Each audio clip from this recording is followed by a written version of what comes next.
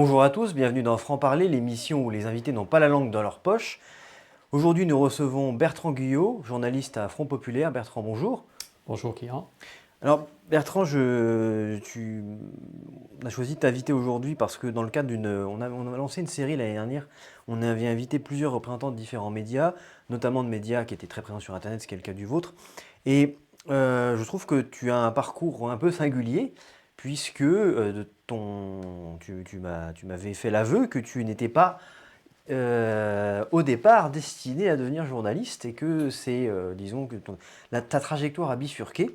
Euh, Est-ce que tu peux nous en parler un peu plus? Qu'est-ce qui t'a décidé à aller au journalisme, enfin, à venir au journalisme et Alors je ne sais pas si ça parle-nous intéressera de toi. beaucoup nos Ça permet de te situer. spectateurs, mais oui, alors en fait, pour résumer très rapidement mon cursus, j'ai fait une école de commerce, puis ensuite j'ai fait 14 ans en ressources humaines, 9 ans notamment chez Naval Group, grand groupe français industriel, et j'y ai gardé une affection quand même particulière pour le monde industriel.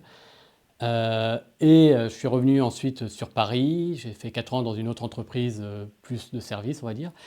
Au bout de ces quatre années, je me suis dit que je m'ennuyais vraiment beaucoup trop dans mon métier. C'est-à-dire que j'étais très bien payé, j'avais de très bonnes conditions, un poste à responsabilité, mais ça ne m'intéressait pas.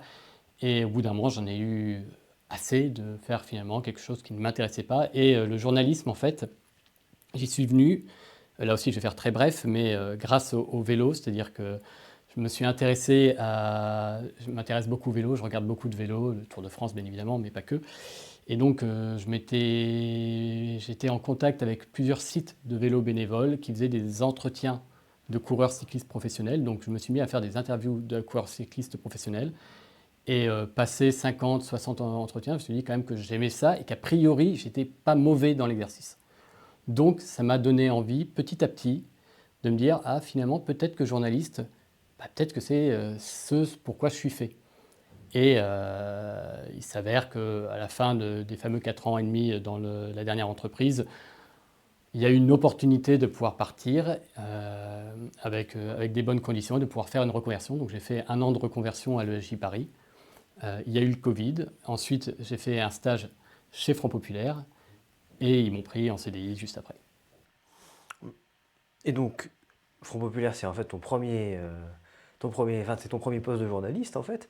Tu as commencé et poursuivi ta carrière chez Front Populaire. Qu'est-ce qui t'a attiré chez Front Populaire? Est-ce que tu étais déjà à ce moment-là proche de la ligne de Front Populaire sur laquelle on reviendra un petit peu, mais ou est-ce que c'est par hasard et c'est ensuite que tu es venu à la ligne de Front Populaire? Non, j'avais ciblé justement deux profils assez différents, c'est-à-dire des postes soit dans le sport, qui était ma première porte d'entrée dans le monde du journalisme, et ensuite en effet les quotidiens ou hebdomadaires de la presse. Et j'avoue que j'avais ciblé à la base Marianne. Marianne, qui était le média qui me semblait le plus correspondre à mes attentes, le Marianne de Natacha Polony à l'époque.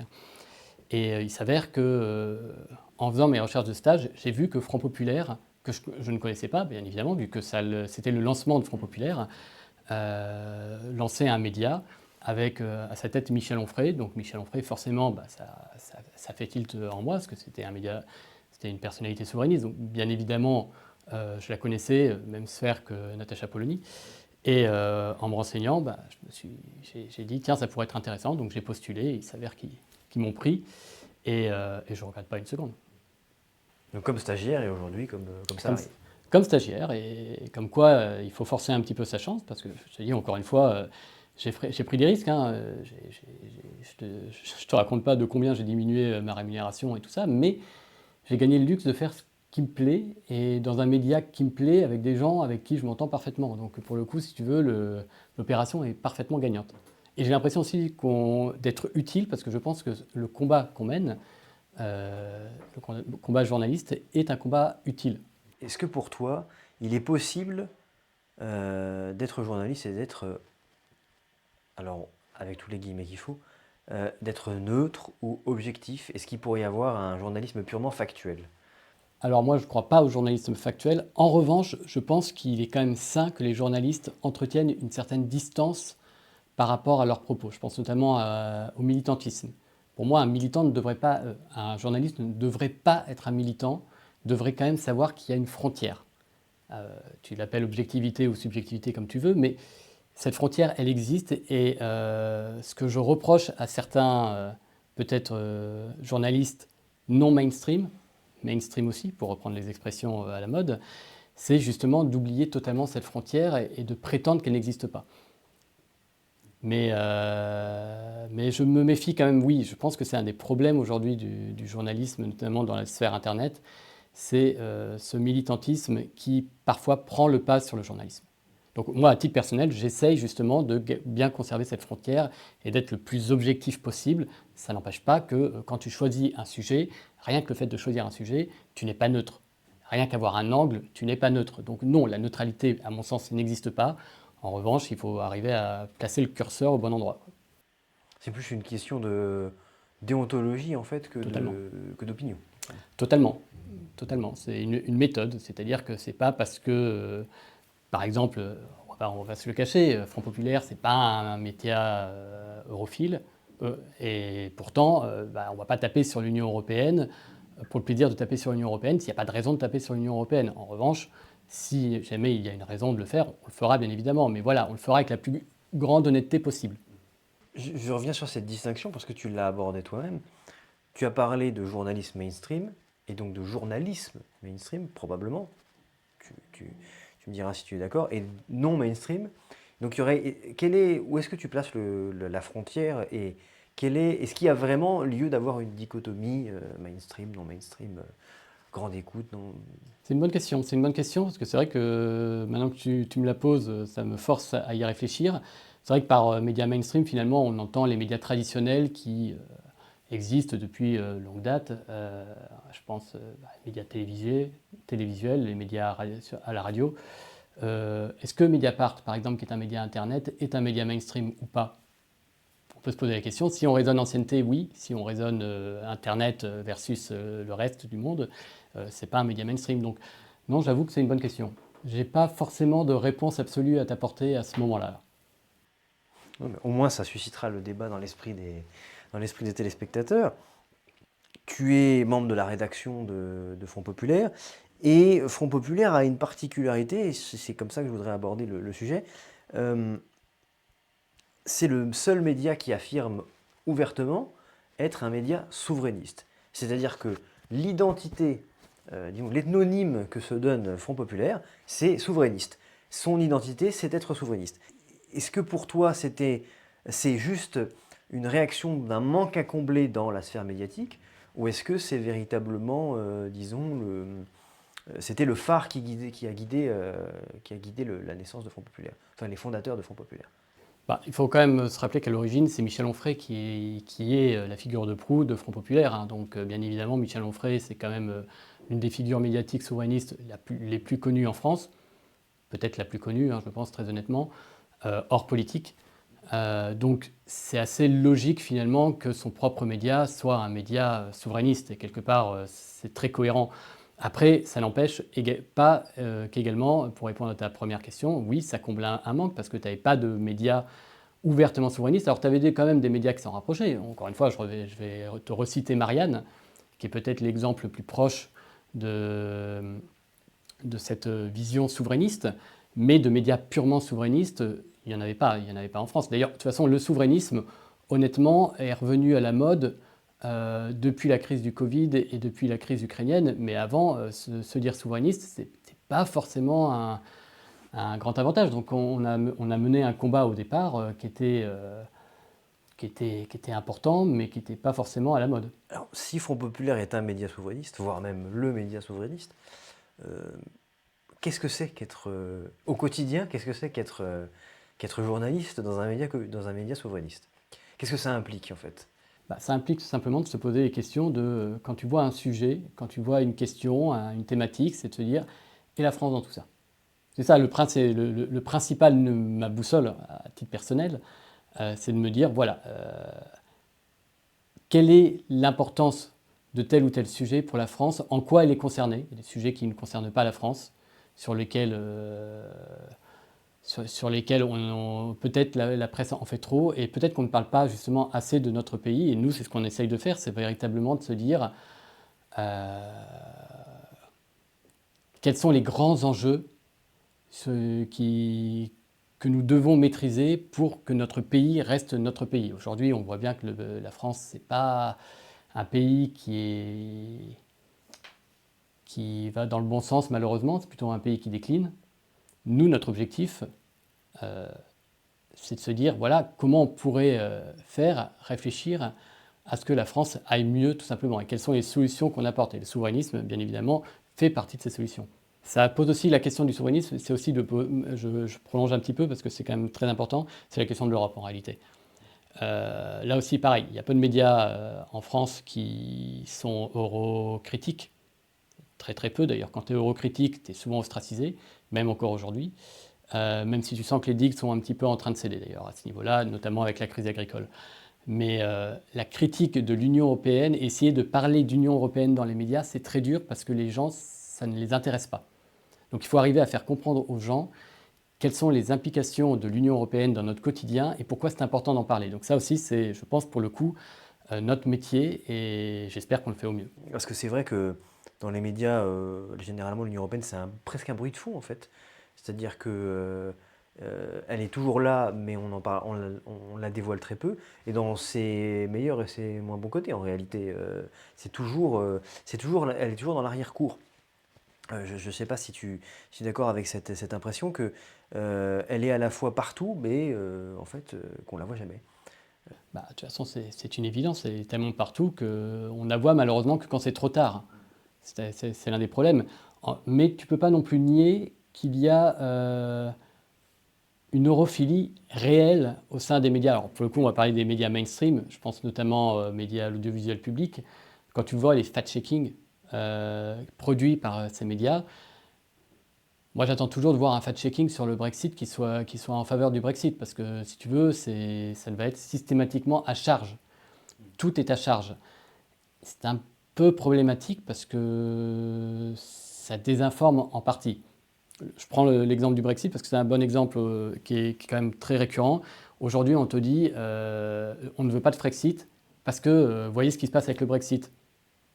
Bah, moi, je lui dis oui, voyons ce qui se passe avec le Brexit. Le Brexit n'est pas une réussite absolue, ça, c'est moins qu'on puisse dire. C'est pas un échec absolu non plus, c'est moins qu'on puisse dire également. C'est ambigu. En plus, il y a des problématiques de politique interne qu'il ne faut pas non plus oublier, que ceux qui critiquent le Brexit le font sans aucun problème.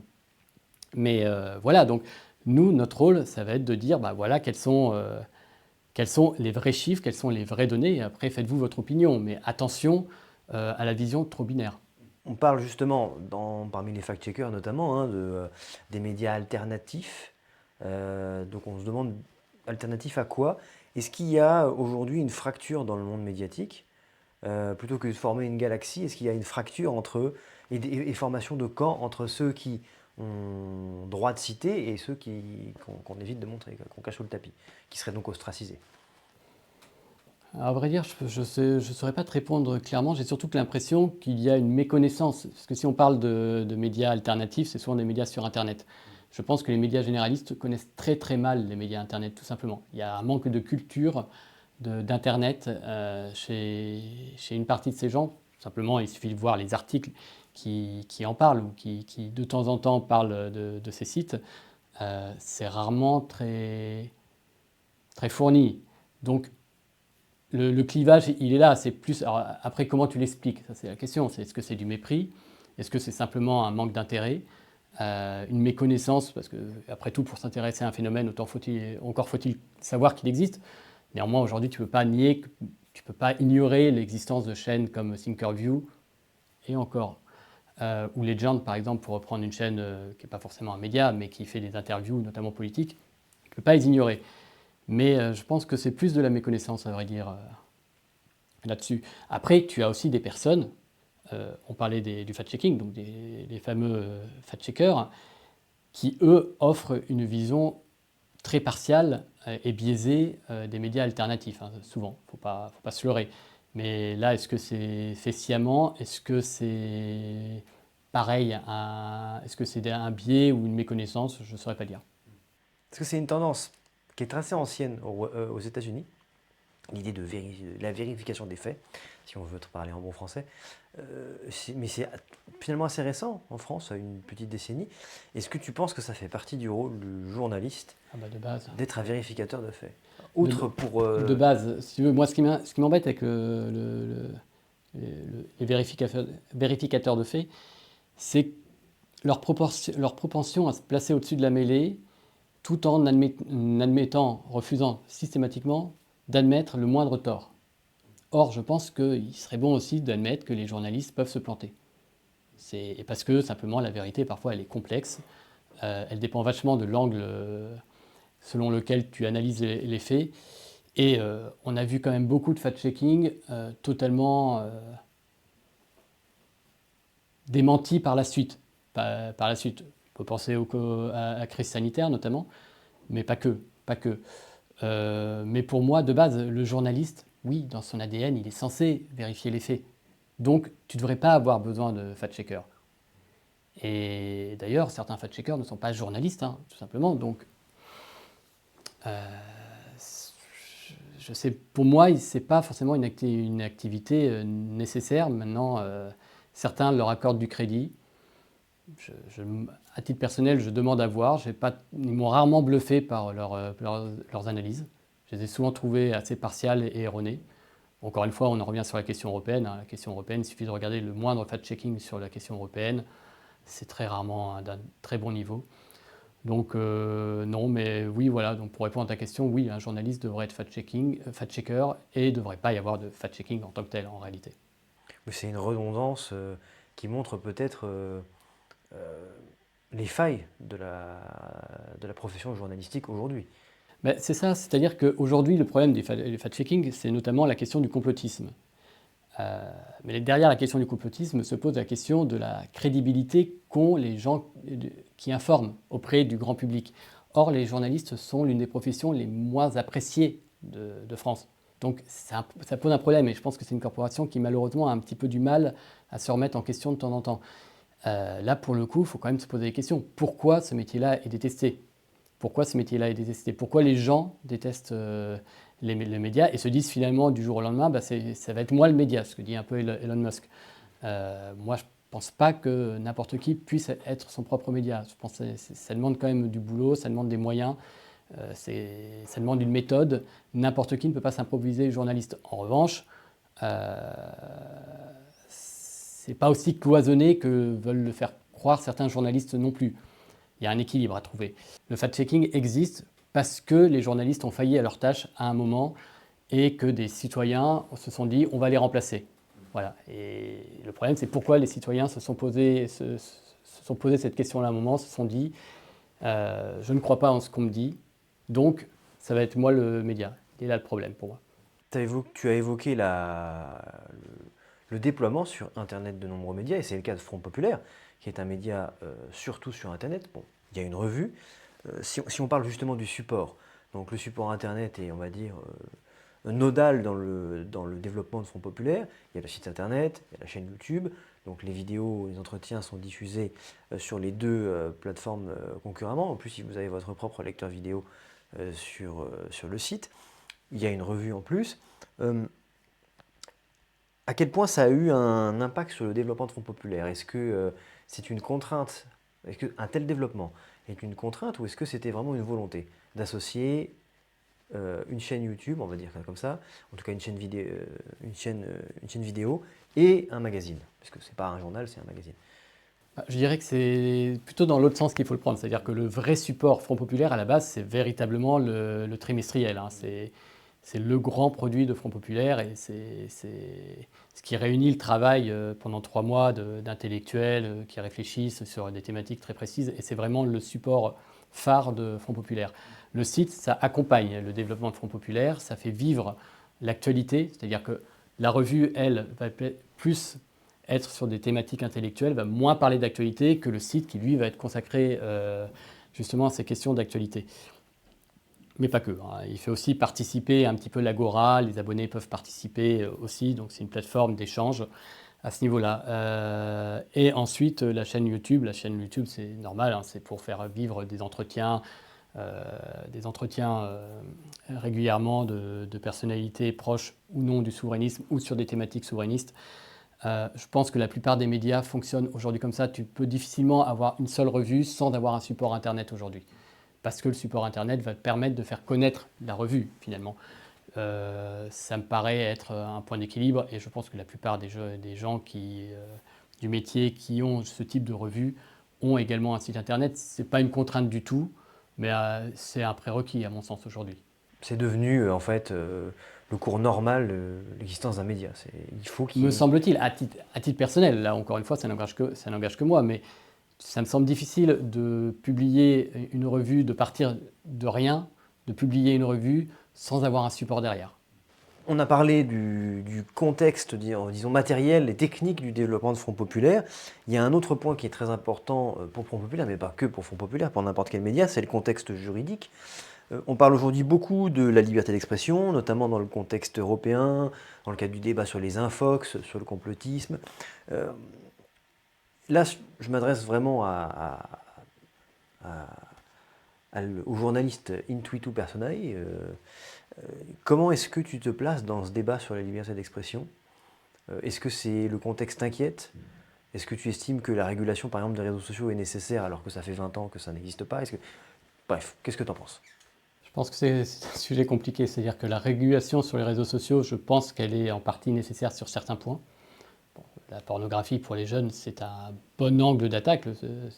La problématique qu'on a derrière, c'est qu'on ne sait pas le faire intelligemment sans qu'il y ait des risques pour la liberté d'expression. Et là, tout le problème que posent les réseaux sociaux en réalité, c'est-à-dire que oui, il faudrait sans doute réguler un peu, mais comment le faire et comment le faire intelligemment, c'est compliqué. Donc, je n'ai pas de bonne... Il n'y a pas, à mon sens, aujourd'hui, pour l'instant, de bonnes réponses à apporter à ce problème-là. C'est un vrai problème. Donc, qu'est-ce qu'il faudrait faire dans l'absolu? Moi, à titre personnel, encore une fois, je vais dire malheureusement qu'il faut conserver les choses telles quelles, parce que la liberté d'expression, c'est quand même un bien précieux, et qu'il ne faut pas faire n'importe quoi avec, et qu'on sent bien que l'époque se dirige vers plus de pression. Le Royaume-Uni, on en parlait tout à l'heure un petit peu en off, mais le Royaume-Uni est en train d'emprisonner des gens pour des questions de réseaux sociaux. On commence à aller très loin, ça commence à devenir un peu dangereux. Et on va clairement trop loin. Maintenant, la problématique, c'est qu'il faudrait aussi que les gens se responsabilisent. À titre personnel, par exemple, tu vois, je ne suis pas favorable à l'anonymat sur les réseaux sociaux. Et là, pour le coup, c'est pareil. On va me dire, mais comment tu assures la fin de l'anonymat? Je sais pas le faire. Donc malheureusement, je vais te faire la même réponse. Je vais dire, il faut conserver l'anonymat. Mais à titre personnel, je trouve qu'il faudrait s'exprimer en son nom propre, ce qui aiderait certains à assumer un peu plus leurs propos et assignerait sans doute certaines relations sur les réseaux sociaux. Mais oui, il y a une potentielle dérive. Il y a aussi la question un petit peu agaçante désormais qu'au moindre problème géopolitique interne au pays, je pense aux agriculteurs, il va y avoir certains qui vont te dire c'est les Russes, donc c'est de l'ingérence russe, donc c'est des fermes russes, de bots russes. Il n'y a aucune preuve de ça, mais ils vont quand même te dire ça. Et de ce fait, ils vont justement pousser vers plus de régulation. Donc là, moi, quand je vois ça, quand je lis ça, je me dis attention, parce que là, pour le coup, ça commence à aller un peu trop loin. Comment ça va se passer? À court, moyen terme, j'ai quand même des craintes qu'on ait une régulation qui arrive. Maintenant, quelle forme elle prendra, ça, je ne sais pas dire. Tu parlais de l'anonymat et de la suppression de l'anonymat. Est-ce que tu penses que le support sur lequel en fait Front Populaire d'ailleurs se déploie, Internet, doit être une réplique finalement du monde réel, donc avec son côté agora, son côté place publique, etc. Et c'est justement pour ça que l'anonymat devrait être supprimé. Ou est-ce que tu penses que c'est un espace dédié à la liberté d'expression, ou pas d'ailleurs, totalement différent, qui demande une régulation spécifique? Alors, à titre personnel, encore une fois, moi je considère qu'il serait sain que les personnes aient le même comportement dans la vie réelle que sur Internet, qui sert quand même beaucoup de défouloir pour certains, ce qui n'est pas terrible. Maintenant, j'entends aussi qu'on dise que pour certaines choses, c'est compliqué. Je pense notamment les lanceurs d'alerte. Forcément, être lanceur d'alerte sans l'anonymat, ça commence à être un peu dangereux. On a vu des gens qui exprimaient des opinions, parfois un peu militantes, politiques, simplement, qui se sont fait renvoyer de leur entreprise. Ça a existé, ça existera sans doute encore demain. Pour ces gens-là, je comprends aussi qu'ils aient envie de se dire « oui, j'ai envie de m'exprimer, d'exprimer mes opinions politiques. En revanche, c'est trop dangereux pour moi de le faire ». Donc là encore, je vais te faire une réponse de Normand, mais je n'ai pas de bonne réponse à t'apporter. Idéalement, dans mon monde idéal, oui, les gens devraient avoir le même comportement. Et tu ne devrais pas te faire virer parce que tu as des opinions politiques divergentes tant que ces opinions politiques restent dans le cadre de la loi, ce qui est la plupart du temps le cas. Malheureusement, il s'avère que la société est ainsi faite que le macartisme contemporain fait que tu prends beaucoup de risques à exprimer tes opinions. Tu as déjà eu, à titre personnel, des soucis sur ce point ou pas du tout? Depuis que je suis chez Front Populaire, non. Quand j'étais dans mon ancienne entreprise, on avait de temps en temps des discussions sur la politique. J'ai bien senti que les opinions gaullistes n'étaient pas forcément les opinions les plus populaires. Il y avait à l'époque les Gilets jaunes et j'étais un des rares. J'étais cadre et donc je baignais dans un univers de gens plutôt privilégiés qui n'étaient pas forcément la cible des Gilets jaunes. Et j'ai bien compris que ce milieu-là n'était pas très pro-Gilets jaunes, très pro-macroniste. Donc là, à ce moment-là, je l'ai mis un peu en sourdine parce que voilà, je sentais que c'était un sujet de tension. Mais en règle générale, de toute façon, quand tu es au boulot dans une entreprise, tu évites de parler de politique. On peut considérer que Front Populaire appartient, hors du cadre des partis politiques, des mouvements politiques, à la galaxie souverainiste. Et ma première question, un peu ingénue, ce serait est-ce que tu définis le souverainisme en général comme tu as défini le souverainisme pour Front Populaire, c'est-à-dire et la France dans tout ça? Est-ce que c'est ça le lien en fait, pan-souverainiste? C'est du souverainisme. Hein. Si on parle du souverainisme, pour moi, oui, c'est le nerf de la guerre, bien évidemment. Après, certains vont apporter des propositions différentes. Tu as 50 nuances de souverainisme. Certains vont être très frexiteurs, d'autres vont te dire qu'on peut faire du souverainisme en étant dans l'Union européenne. Ce qui, pour les frexiteurs, va sembler être une oxymore. Voilà, mais le souverainisme, c'est quand même... Et la France dans tout ça, oui, ça me paraît évident. Quel regard tu portes-tu, si tu te places d'un point de vue d'observateur extérieur, quel regard que tu portes sur le souverainisme politique aujourd'hui en France? Je ne parle pas des gestes qui peuvent être considérés comme souverainistes au quotidien, mais je parle vraiment des institutions souverainistes, on va dire. Bah, tu as beaucoup de partis. Si on parle des principaux, le souverainisme politique aujourd'hui ne me semble pas forcément être à la hauteur des enjeux que pose l'époque. Encore une fois, c'est un avis personnel. J'ai le sentiment, si tu veux, que des querelles d'ego, ça a été souligné à peu près partout, ils en sont d'ailleurs eux-mêmes tout à fait conscients, ces querelles d'ego sont préjudiciables au combat souverainiste. Il y a également les questions, peut-être le souverainisme se pose trop en opposition à, c'est-à-dire souverainisme politique. C'est-à-dire que Emmanuel Macron a dit A, il faut forcément dire B. Forcément. C'est B qui est la bonne solution. Ça me semble un peu plus compliqué que ça dans certains moments. L'Ukraine est envahie par la Russie. L'Europe est pour l'Ukraine. Il faut absolument être russophile. Moi, en tant que souverainiste, j'ai envie de te dire, j'aimerais bien qu'on soit dans la vision gaulliste, c'est-à-dire, et la France, encore une fois, dans tout ça, quelle est la vision de la France vis-à-vis de l'Ukraine et de la Russie, et qu'on ne se vassalise pas, soit vis-à-vis des Américains, c'est moins le cas des souverainistes, soit vis-à-vis de la Russie, c'est un peu trop le cas des souverainistes. On pourrait parler des enjeux écologiques aussi, où les souverainistes vont, la sphère souverainiste politique va être dans une sorte de caricature en réponse peut-être à une position caricaturale de la part du gouvernement. Tu vois, donc c'est un peu j'ai un peu ce regard-là sur le souverainisme. J'aimerais qu'il y ait plus de travail de fond, ce que font les intellectuels. Les intellectuels souverainistes sont brillants et d'ailleurs je pense que l'histoire donne raison aux intellectuels souverainistes.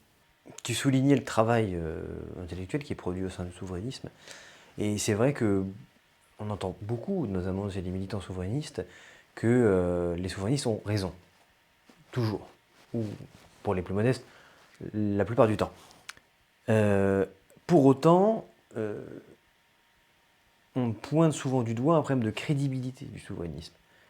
Et donc il semble y avoir une opposition entre avoir toujours raison, donc plutôt être crédible, puisqu'on vous l'avait bien dit, et simultanément avoir un problème de crédibilité, on va dire, dans le grand public. Comment tu expliques ça? Ou est-ce que d'ailleurs tu es d'accord déjà avec ce C'est un peu constat? lié à la question précédente, c'est-à-dire que la sphère politique souverainiste, c'est, qu'on le veuille ou non, qu'on soit d'accord ou pas, décrédibilisée en grande partie vis-à-vis du grand public, pour différentes raisons, chacun, mais il n'y a pas une grande crédibilité de ces partis politiques.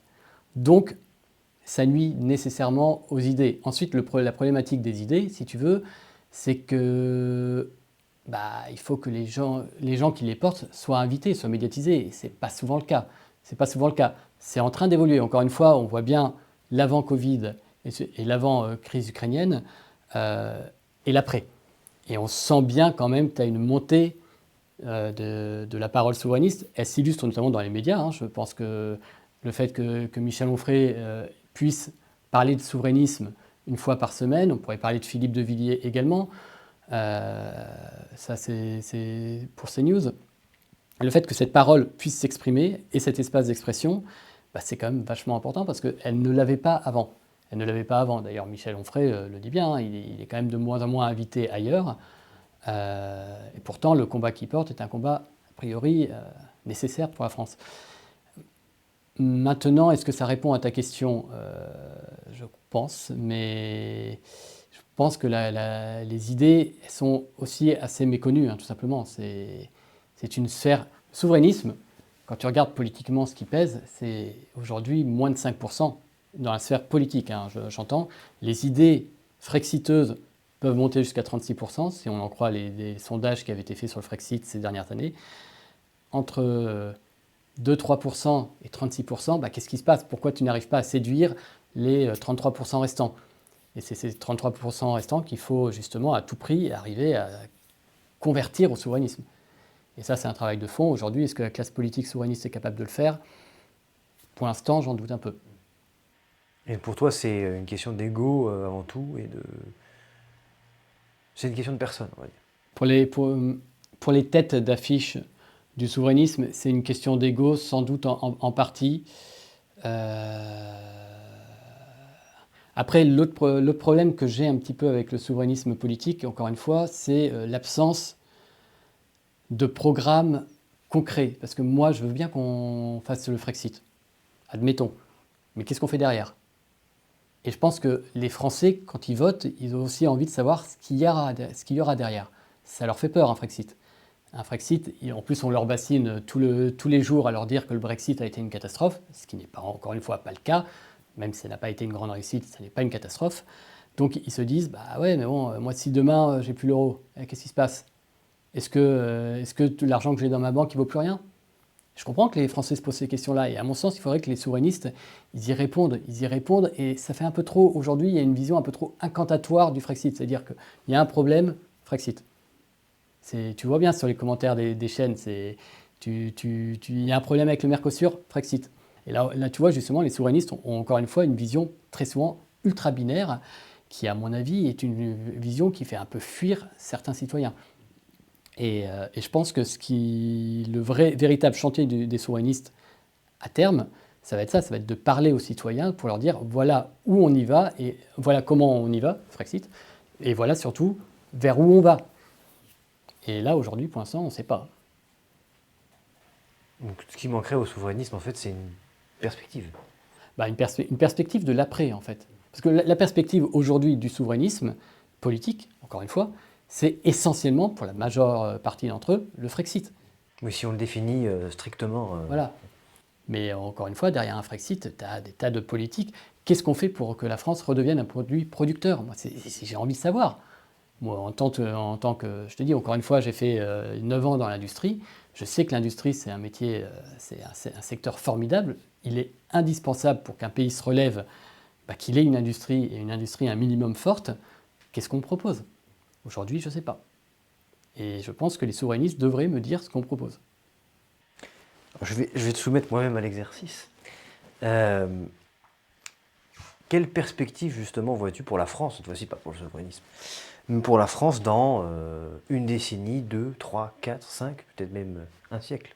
Tu choisis le curseur On peut qui t'arrange le plus. 10 ans, 20 ans. Et tu veux la version optimiste ou la version pessimiste? Mais les deux, mon Alors moi, je capitaine. suis malheureusement quelqu'un d'assez pessimiste. Et donc, je pense qu'on ira vers du centrisme classique. Et donc, on aura une continuité dans la politique menée, notamment vis-à-vis de l'Union européenne. En revanche, ce que je ne sais pas prédire, c'est à quel point l'Union européenne va être contestée et va-t-elle vaciller ou pas. Je pense que là, on se rapproche d'un moment où, notamment vis-à-vis des agriculteurs, où des corporations comme ça vont se lever contre un diktat. La question, c'est comment les institutions vont résister à une pression populaire. On le voit bien, les partis souverainistes, populistes en Europe ont plutôt le vent en poupe. Donc qu'est-ce que ça va donner? Et moi, je suis absolument incapable de te le dire. Donc à très très court terme, je pense qu'on va vers une continuité. À long terme, je suis incapable de te répondre. Et la version optimiste?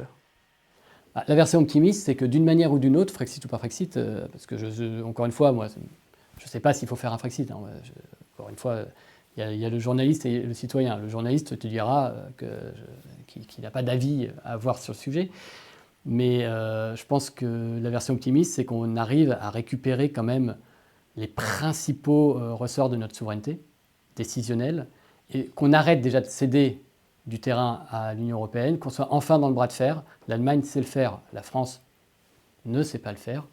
Le jour où on dira non à l'Union européenne, où on imposera par exemple sur le Mercosur, qu'on dit vous voulez le Mercosur, très bien, tant pis, malgré les institutions, malgré ce qu'on nous dit, on arrête de contribuer à l'Union européenne, bras de fer. Là, ça serait déjà une sacrée avancée. Déjà. Si on arrive à faire ça, déjà je serais content. Donc tu vois, ma version optimiste, elle est là. Merci Bertrand. Merci à vous. De t'être déplacé et être venu parmi nous. Si vous avez apprécié cette vidéo, surtout n'hésitez pas et n'oubliez pas de l'aimer, de la partager et de la commenter. Et aussi de vous abonner à notre chaîne si ce n'est pas déjà fait. Vous êtes de plus en plus nombreux et nous vous en remercions. À bientôt.